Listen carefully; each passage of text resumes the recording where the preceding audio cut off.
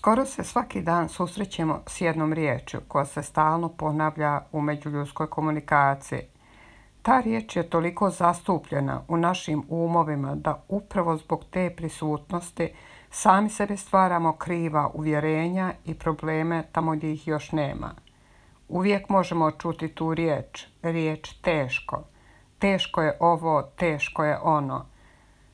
I tako obuzeti težinom i preprekama ljudi unaprijed donose zaključke i pretpostavke, te imajući na umu da je nešto teško, odustanu na samom početku.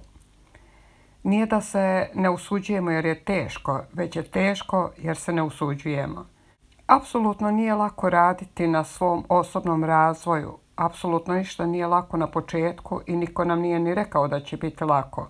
No, ako stalno slušamo da je nešto teško i neizvodivo, ako povjerujemo u to, onda će tako i biti. Mislio ti da možeš ili ne, u oba si slučaja u pravu. Henry Ford. Hajdemo za promjenu umjesto teško govoriti da nešto nije lako. Zašto?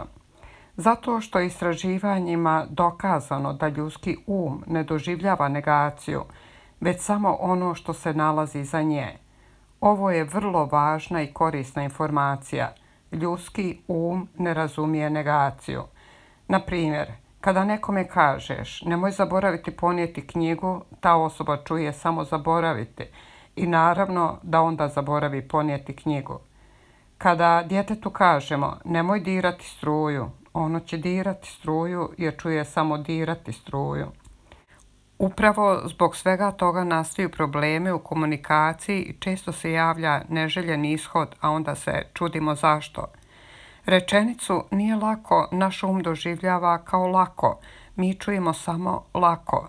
Zašto bi bilo bolje umjesto teško govoriti nije lako?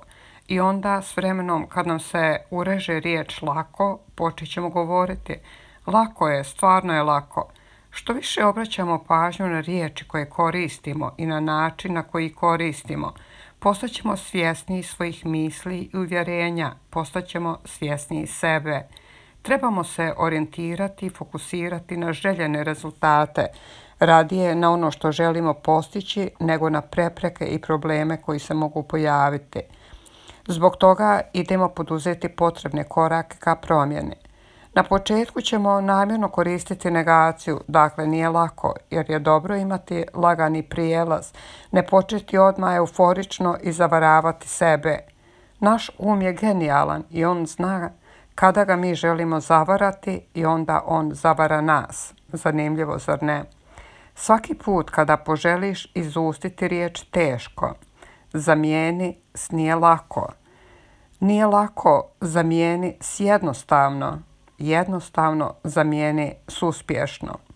Primjer, teško je raditi na sebi. Nije lako raditi na sebi. Jednostavno je raditi na sebi. Uspješno radim na sebi. Vidiš pomak, vidiš kako sve ide svojim tokom, prirodnim slijedom. Isto je kao i s bilo kojom aktivnosti. Recimo ako se nakon 10 godina odlučimo raditi trbušnjake, prvi pokušaj će biti bolni, bit će teško, jer nemamo naviku raditi trbušnjake. Ako svaki dan pravilno radimo trbušnjake, neće biti lako, ali za mjesec dana ćemo moći napraviti daleko više trbušnjaka nego što smo mogli prvog dana. Tada će ova vježba za nas postati jednostavna i uskoro ćemo se moći hvaliti kako svakodnevno uspješno radimo trbušnjake. Sve ono što je na početku bilo teško, na kraju uspješno možemo izvršavati jer smo radili, bili uporni i odlučni. Stoga, želite li raditi na svom osobnom razvoju, budite spremni da neće biti lako, ali će s vremenom postati jednostavno, a zatim i uspješno. Dajte si vremena i uživajte u svim koracima koji su potrebni da dizajnirate život po svojoj mjeri i želji. Naš mozak se programira riječima. U našem mozgu već postoje ustaljene reakcije na određene riječi. Možete provjeriti odmah sada. Usporite i osjetite kakve emocije izaziva kod vas riječ dobro. A veličanstveno? Riječi imaju tonalitet. U stvari, riječ dobro je relativno bezična i obična. Ona ne nosi jarke asocijacije za razliku od mnogih njenih sinonima. Naprotiv, ponekad se dobro koristi kako se ne bi uvrijedio čovjek, na primjer, kada je uradio nešto što nije baš u redu, ali iz nekog razloga ne možemo da mu to kažemo direktno. Od djetinjstva su nam govorili dobro za nešto što je bilo skroz loše, tako da ta riječ ne nosi čak ni izražen pozitivan naboj. Nikad niste vidjeli čovjeka, ali su vam rekli da je veličanstven. Vaš asocijativni niz već je zaslijepio sliku. Kakvu? Ili su vam rekli da je on dobar? Ima li razlike? Zašto govorimo sve ovo? Koristeći riječ jakog tonaliteta za opis sebe i svog stanja, dajete signal na podsvjesnom nivou da tako jest. Kad počnete da odgovarate na pitanje kako si u superlativu, počet ćete posle nekog vremena da se tako i osjećate. To je proces stvaranja na nivou riječi. Kako stvarati na nivou riječi? Prvo, proširite svoj svakodnevni vokabular i zamijeniti neke dosadne istrošene riječi sa onima koje vam se zaista sviđaju i koje opisuju to iskustvo prema kome idete.